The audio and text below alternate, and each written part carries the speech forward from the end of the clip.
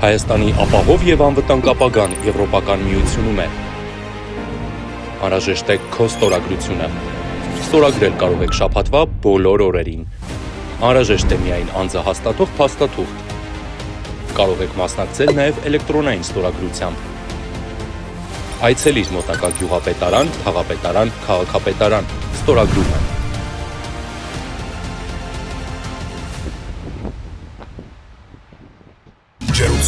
Ուրեմն իդեալ։ Ձեր բերեք ձեր բնակարանի ջերուցման համակարգը իդեալ համակարգի խանութ սրահներից սկսած 259,900 դրամից. And experiences, but I also just want to move on to Excellency Kostanian. From your perspectives, you're Deputy Foreign Minister of Armenia. You've previously worked as an advisor to the President of the National Assembly in Armenia, and of course, the region that you're in is highly affected by climate, peace and security risks in similar but also different ways. But maybe you can reflect a little on how peace processes can and should integrate climate change considerations when we all know that they're already so hard as it is, and just bringing an additional theme and topic to the table. Can they present opportunities, or is it, the last straw? Hello. Thank you very much for this opportunity to elaborate on a very important topic. And a couple of years ago, UN Secretary General said that climate change is moving faster than we are. Mm-hmm. Probably today we can add that the security threats are getting more and moving faster than we are.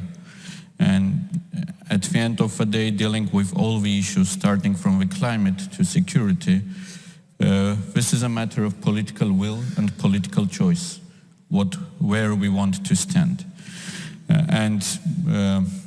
Here, probably the message which I'm bringing from my capital is the time to act is now. And responding to what Minister said on Armenia-Azerbaijan normalization relations, the message coming from Yerevan is also clear. We are ready to take concrete actions now. And we do believe that COP29 is a good opportunity where the whole world will be gathered, and we believe that the Armenia-Azerbaijan peace treaty can be signed before COP29, and to this end the government of Armenia is making very sincere efforts, and we are bold with our stance that it's time to act now. Just to remind the decision how the COP29 was agreed to be hosted in Baku. This was a very important confidence-building measure between the two governments of Armenia and Azerbaijan, because it was both of our governments who introduced a candidacy for hosting COP29. And as a confidence-building measure, Armenia decided to withdraw its candidacy and support Azerbaijani candidacy. Of course, a part of this confidence-building measure was also release of 32 Armenian detainees from Azerbaijan, where unfortunately we continue to have still 23. But coming to the issue of climate, but also security, there is very important layer that we haven't touched so far. This is layer on humans, because everything is political, but at the end of the day, everything touches to the lives of every citizen living in every of our countries in the globe in general. Mm-hmm. And I do believe when we are talking about the issues, very important issues that we have to address and have to address now, on climate, on security, on disaster risk management, etc., what we need to take into account and bring to the scope always is human rights. Mm-hmm. Because this is a basic and fundamental human right to live in a safe environment, to live in a secure environment. And it's very important when it comes to dialogue on peace, on climate, to have different groups attending the dialogue and coming to this dialogue from human rights perspective. Yeah. And I do believe that civil society, women, youth need to have their say, and they also need to, in a way, push the governments so that they act and do not lose time to act properly, to get engaged in peace negotiations in good faith, to demonstrate for political power, to close the pages of violence and the conflicts, and not to leave it for the next generations. I couldn't agree more, and we're delighted to have Helen Hekena joining us. And Helen, I will come to you in a moment, but you mentioned, Ambassador Kostanian, a fantastic example of climate diplomacy in action with Armenia withdrawing its candidacy for the COP presidency. Do you have any other examples of how climate change has offered up spaces for engagement where perhaps diplomatic channels were previously blocked? Thank you very much. Just to add that in the text of a peace treaty that we are currently negotiating with Azerbaijan, we intend to establish different bilateral commissions.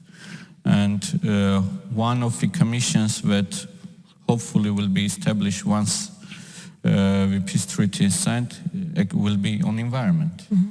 Probably that also demonstrates the importance of the topic for both countries. Mm-hmm.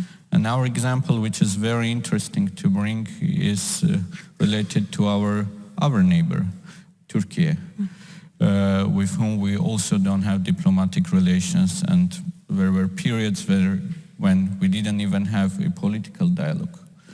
But actually one of the very rare areas where dialogue and conversations between Armenia and Turkey was continuing during this whole 30 years was on water management. Because we are sharing water resources on our border, and even regardless of the fact that there are no diplomatic relations, there are no other channels of communication, putting human lives first, this helped to keep some level of dialogue, some level of engagement. And I do believe that this is a very bright example to share with this esteemed audience. Thank you. Deputy Minister, is this something that you think is only kind of a regionally specific thing? Is it something that resonates with you for your neighbourhood, or do you think it's something that is just very contextual and maybe is more relevant for the Horn of Africa? You know, when it comes to really being able to address some of these challenges and transform them into opportunities for cooperation across borders. Well, of course, all the regions are unique and the conflicts are unique, but again, coming to what I said previously, when we're talking about humans and human stories, this is the common denominator for all the stories, and probably here experiences and successful experiences from our regions can be very, very important and useful. Do you think there's much knowledge about this? In our case, during recent 2-3 years, our region was facing floods, which was something new, and it didn't happen at least in recent history. And this also gave an interesting opportunity for cooperation with different neighbors in the region. But actually this brings to theoretical question why neighbors should cooperate only facing disasters. So Does it a horror of disaster that should make people to cooperate, to share some empathy? To me personally, this is quite a pity. For example, when Armenian-Turkish border is closed and it was opened only for Armenia sending humanitarian aid to Turkey, which I do believe was a right gesture to do to our neighbors. But why this border is closed during, let's say, normal days? Why it should be, and why this cooperation, regional cooperation, should become disaster risk response rather than creating a positive agenda for our citizens. Mm-hmm. But I would like to just ask each of you one last question. As I mentioned at the beginning, I personally have been met with kind of these blank faces of we're dealing with peace.